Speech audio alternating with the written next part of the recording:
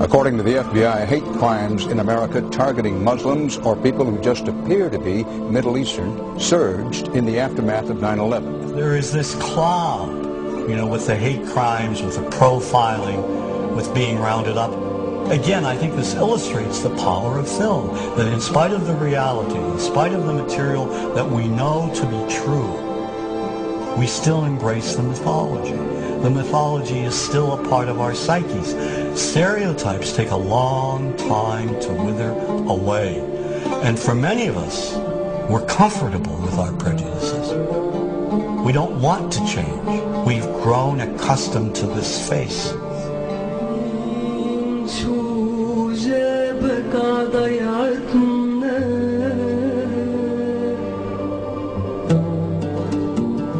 When we think of Arabs, what do we see? What images come to mind? Do we see actual people? People who, despite real cultural or geographical differences, do pretty much the same things that we do. When we think of Arab women, what images come to mind? Do we see women who laugh and play and who adore their children? Women who work in the home as well as outside? Would it come as a surprise to know that in many Arab countries, a majority of college students are actually women?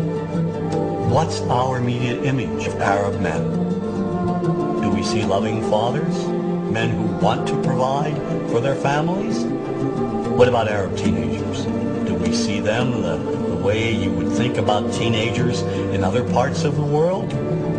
Then there's religion in the Arab world. Do we see it as all-encompassing, dominating everything else? Do we know that even though faith plays a huge role in the Arab world, just as it does here in the United States, that it's also true that much of the Arab world is quite secular? When we think of Arabs and religion, does Christianity come to mind? Do we remember that there are over 20 million Christians in the region who have lived side by side in harmony with Muslims for centuries? To their credit, some filmmakers have shown Arabs and American Arabs in all their complexities. An excellent way to shatter a stereotype is through laughter, through comedy. So we have comedians. Comedians have done this historically. Black comedians, Jewish comedians.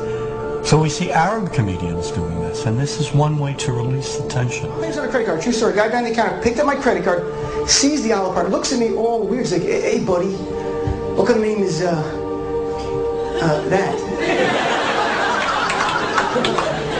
I'm like, well sir, it's an Arabic name. He goes, what does this mean? So I'm like, well translate it to English. It means peaceful, friendly Arab. But he's not happy because, what Arab country is your family from? So I tried the most peaceful, popular one that he would like. So I'm like, we're from the same Arab country that Aladdin is from.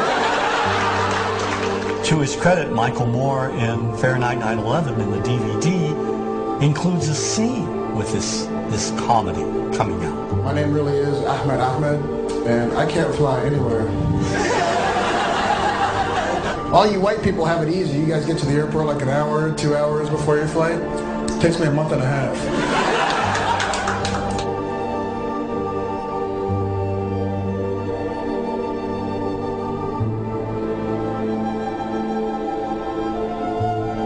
Nous vivons dans un monde qu'on peut critiquer, qui est le monde de la dérision. Vous le savez bien, et dans les médias, je dirais, le monde de la dérision, on se moque de tout. Le fait que ça se fasse me satisfait. Parce que ça veut dire que nous avons, qu'on est libre, peu à peu... Il faut qu'on soit beaucoup plus sage que ça, qu'on rentre pas dans ces provocations. Et c'est pour ça que... C'est l'autocensure, ça, Jamel. Tu comprends ce que je veux dire? Si on commence à pas faire de dessin pour pas choquer les musulmans... Non, c'est-à-dire que pour moi... C'est de l'autocensure. C'est la fin de la liberté d'expression. Pour moi, la liberté d'expression, la liberté d'expression et le respect font partie, sont mariés ensemble. Mais ça... Moi, je suis pour la liberté d'expression. Mais si je vais blesser une personne, pourquoi blesser la personne? Non, mais si moi j'ai envie de faire une caricature sur Mahomet ou sur un rabbin ou sur Jésus-Christ, il faut que j'ai le droit de le faire. Tu comprends? C'est ça la France. Quand tu sais que tu vas blesser 10 millions de personnes, pourquoi tu vas les blesser?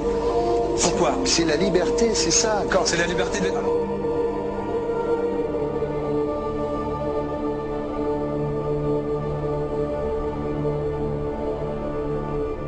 Non, mais vous ne pensez pas que c'était à vous de vous excuser, non? En disant le sketch n'était pas très drôle, je suis désolé si j'ai blessé des gens, voilà, excusez-moi, voilà, c'est une connerie, c'est mon travail. Mais vous ne referiez pas le même sketch quand même? Mais le spectacle que je fais reprend en grande partie les lignes de ce sketch. Mais il y a un truc que je ne comprends pas sur cette affaire, c'est qu'à aucun moment vous avez senti le besoin de vous excuser et que vous en avez rajouté. C'est tellement surprenant, c'est tellement inadmissible que j'en suis choqué. Voilà. Dans un pays où on peut parler, on peut s'exprimer. Et là, pourquoi tout d'un coup, sur un sujet, on ne pourrait pas s'exprimer? Vous savez bien pourquoi on ne peut pas s'exprimer. Pourquoi? Parce que dans ce pays, on a envoyé pendant la guerre des juifs dans des chambres à gaz et que ça crée un petit problème quand même. Vous voyez ce que je veux dire? Dans ce pays, on a envoyé pendant 400 ans des centaines de millions de Noirs et 400 ans d'esclavage. Et pourtant, ça n'a pas empêché Michel Led de faire un sketch qui m'a fait marrer. Où il faisait un noir, et à la fin, il faisait un singe, en parlant des narines, en parlant des lunettes. En tout cas, lui, il n'a pas été interdit d'exercer son travail. Il a même eu la Légion d'honneur. Quelqu'un qui a toute sa famille qui a été exterminée dans un camp de concentration et qui voit quelqu'un à la télé qui dit Israël, vous vous rendez compte? Je ne sais pas. Mais non, pas. Il y a des moments où même si on connaît les gens, même si on les a invités, on leur... Et c'est pour ça que... C'est l'autocensure, ça, Jamel. Je comprends ce que je veux dire. Si on commence à pas faire de dessin pour pas choquer les musulmans, non, si on fait... C'est de l'autocensure. C'est la liberté d'expression. Pour moi, la liberté. Et là, pourquoi tout d'un coup, sur un sujet, on ne pourrait pas s'exprimer? Vous savez bien pourquoi on ne peut pas s'exprimer. Parce que dans ce pays, on a envoyé pendant la guerre des juifs dans des chambres à gaz et que... Deux poids, deux mesures. La liberté pour tout le monde. C'est-à-dire? La liberté pour tout le monde. Il y a une personne comme Dieudonné qui a fait un rabbin, enfin qui a fait un colon juif, etc. Tous ces DVD ne sont plus dans les pactes. On l'empêche de venir, on l'empêche médiatiquement, on ne le voit plus. Alors que lui, c'est un comique. Plusieurs lois qui ont été faites contre l'antisémitisme. Et moi, je fais un appel aujourd'hui de faire une loi contre l'islamophobie.